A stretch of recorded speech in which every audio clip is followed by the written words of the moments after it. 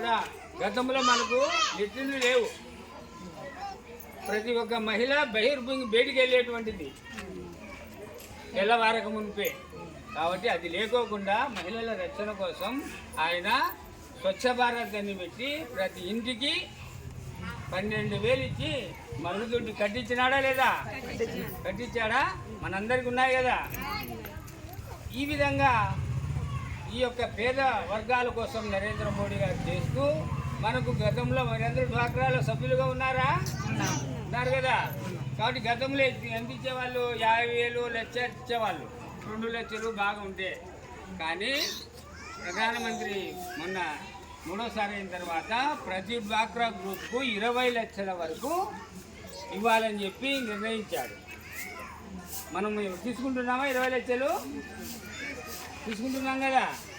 కాబట్టి ప్రతి పేదవారందరినీ కూడా వాళ్ళని కూడా ఉన్నత స్థాయికి తీసుకురావాలనేటువంటి లక్ష్యంతోనే నరేంద్ర మోడీ గారు అనేక పథకాలు. గతంలో మనకు బియ్యం రూపాయి తీసుకుంటున్నాం, కానీ అది కూడా లేకుండా నరేంద్ర మోడీ గారు మన కరోనా వచ్చిన టైంలో మన అకౌంట్లో 3 సార్లు 500 ఉన్నాయా?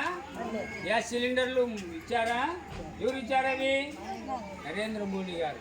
కాబట్టి అప్పటి నుంచి రూపాయి కూడా తీసుకోకుండా నరేంద్ర మోడీ గారు ఉచితంగా అందరికీ దాదాపు 80 కోట్ల మందికి ఉచితంగా ఈరోజు అందరూ ఆహారం కొత్త ఉండకూడదు,